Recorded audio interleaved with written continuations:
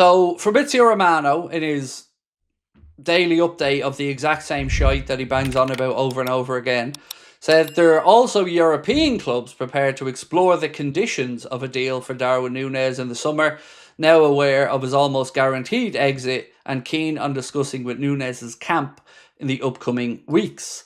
It's really interesting to see where he ends up, in all honesty, because I don't know if he wants to go to Saudi. I've got no idea. I don't know, other than Atleti, maybe, of clubs in Europe who would have had much of an interest, let alone at the level that I'm sure Liverpool will probably want financially. It's a very interesting one, this, for me, and I wonder where he will end up. I think, once again, yesterday gave us a very clear indication of where he is and the manager's thinking, because even when we needed something yesterday, we'd seen the changes the manager made, brought on Trent, brought on Elliott, but not bringing on Darwin off the bench again, and of course, not even putting Federico Chiesa in the matchday squad. I think we're getting a very clear picture of where the future of some of these lads lie. Feels like we've lost leverage on Darwin's price over the last few months. It's a really difficult one to gauge what the price is going to be, in all honesty. I remember having conversations with people who were saying Liverpool would probably bite your hand off for 40 or 50 million. But then you've seen the stuff about us turning down, what was it, 60 plus? Or maybe even higher than that in the winter window. So truth is, I'm intrigued to figure out what it might be. Cornan said, worried that Slot might hurt Nunez' price. I think Nunez' own performances have managed to do that more than anything else. Remember here, the only reason that he isn't getting played is because he has been given chance after chance after chance, and he hasn't really taken it.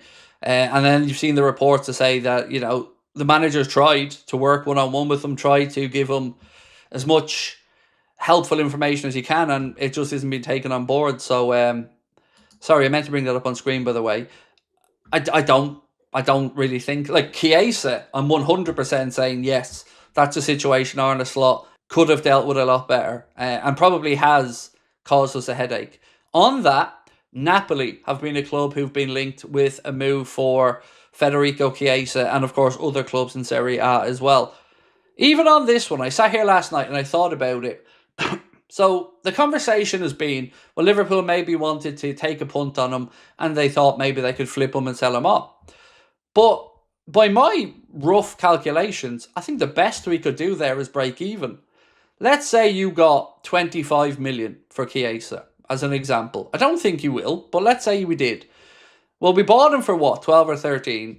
I'm sure that there was a few million quid there, or a handsome amount on agents' fees. Then you've got taxes and all that.